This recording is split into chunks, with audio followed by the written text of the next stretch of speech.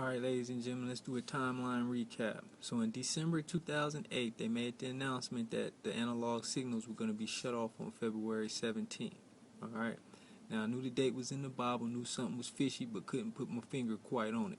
Alright, so come January, I had painted up a couple pictures, and we have a new president and all. I wanted to go to the inauguration, make me a couple dollars by selling t-shirts, postcards, etc. and so forth.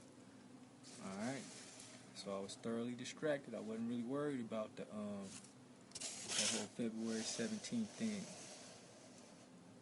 Okay, so in January I made a move, went out to DC, go make some money, or at least attempt to. While I was gone, I decided that I was going to stay in Georgia, in Atlanta, Georgia. So I went from DC, went down to Georgia, and I was living in Georgia all the way up until about June. And in June, I went to go visit my sister in Ohio.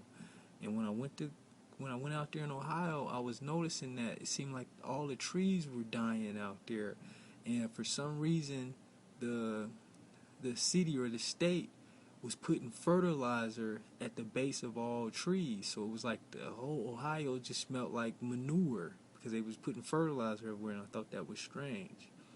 So I wanted to come back to Colorado by my mom's birthday. My mom's birthday is July 17th, and I wanted to come spend the birthday with her. So by about July 15th or something, I was back in Colorado. Now, by this time, I was, kind of really suspicious that something odd was happening, so I started going to the library, doing some research. And while I was at the library, I came across this book, The Astronomical Phenomena, where it tells, what position the planets, the moon, the sun are going to be, tells what the Earth's obliquity is and such. And it was based upon information that I found in this book, which I was able to prove that the Earth was tilting. So based upon that information, I went and filed my federal lawsuit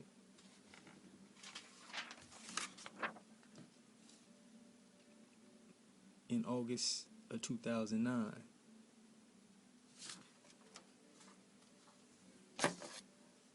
So in August of 2009, I filed my lawsuit, and I told them that basically that in 2012 we was going to have an earthquake that was basically going to end everybody that wasn't in a secure place, and I asked them to build bunkers. And I told them that in October the president was going to declare a state of national emergency.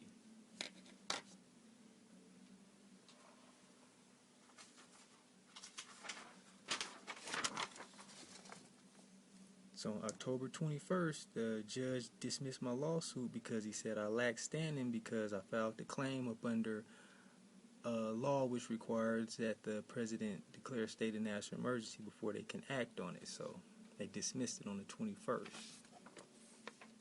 2 days later, the president declared a state of national emergency.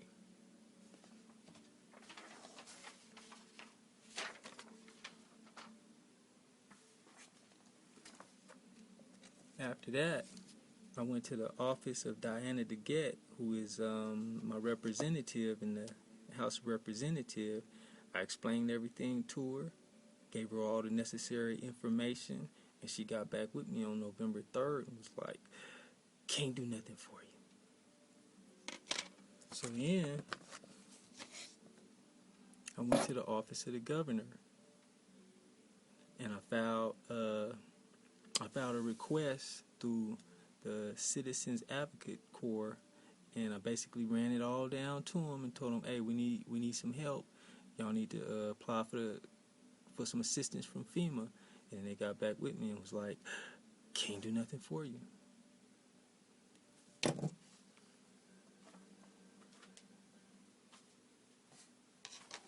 So after they did that, then that opened up the door for me to go to the district court in Denver, Colorado, and on February 1st, 2010, I filed a writ of mandamus against the state and the city, and was basically asking the judge to compel, to issue a mandate to the governor and to the mayor to start making preparations for the fact that the Earth's tilt was gradually declining. People were going to get sick. Earthquakes were going to become more widespread and devastating. And in 2012, we need to be up under the mountain.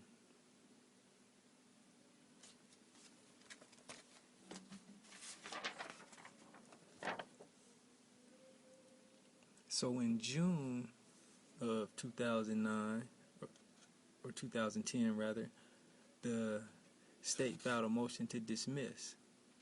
And basically their argument was that nobody can predict earthquakes and nobody knows why they occur, and therefore I was speculating.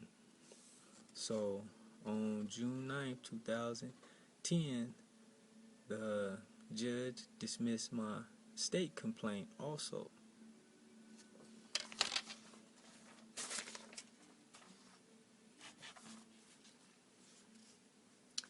Now, once he dismissed my complaint,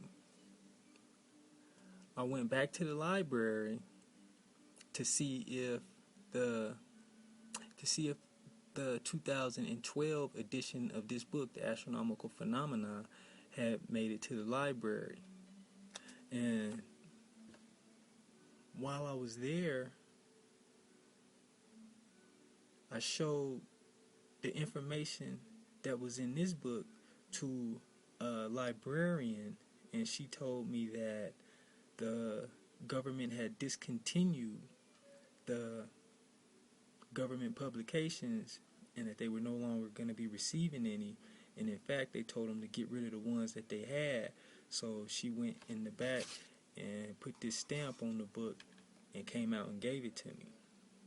So at that point I went to the Denver Public Library and I showed the librarian this book, and I asked her, I said, "Did you guys have a copy of the 2012 edition of this book?" And she told me no, that the government had discontinued all their government documents. So then I went up into the mountains for probably about a month so that I could try to calculate when the next earthquakes were going to happen. And once I had the information that I needed, I came back down from the mountains probably about on July 5th, and I went back to the library to get some more information and do a little more research. And when I went to the library, this book was on the shelf. See, it's Astronomical Phenomena for the year 2012. Do Not Circulate. This book went to the library on January 26, 2010. Now, since I filed my first lawsuit in the federal courts where I told them that the planet Venus was going to eclipse the sun at the same time that the moon was in partial eclipse, alright, I told them that in August of 2009. So when I told them that and when I filed, since this book didn't even go to the library until January 26, 2010, I could not have known what was in this book. Furthermore, since it was a Do Not Circulate, this right here means that this book wasn't even supposed to be on the shelf. This is one of the books that they keep in the back of the library where only government officials can look at. So somebody either accidentally or very graciously put this book on the shelf.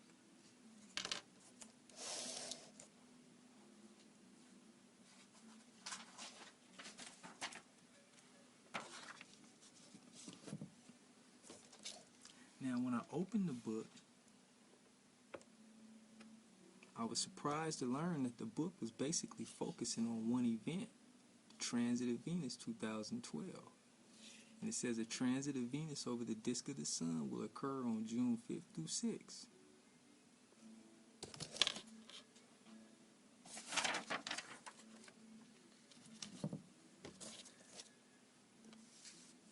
In its summary of eclipse and transits for 2012, the book clearly states that a partial eclipse of the moon will take place on June 4th, 2012.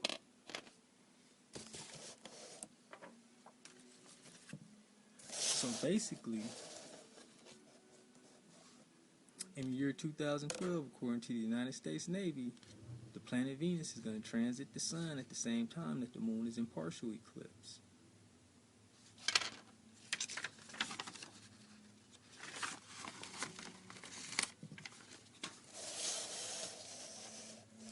Now, if you look at the 2011 edition of the book, alright, there's something different about the 2012. This right here, Do Not Circulate. So it's something in the 2012 edition that they didn't want us to know about. See, that's not on the 2011 edition. Alright? Now watch this. Check this out.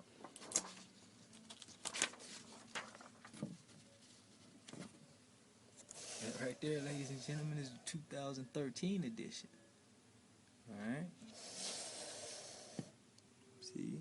Depository materials, government publications. Alright?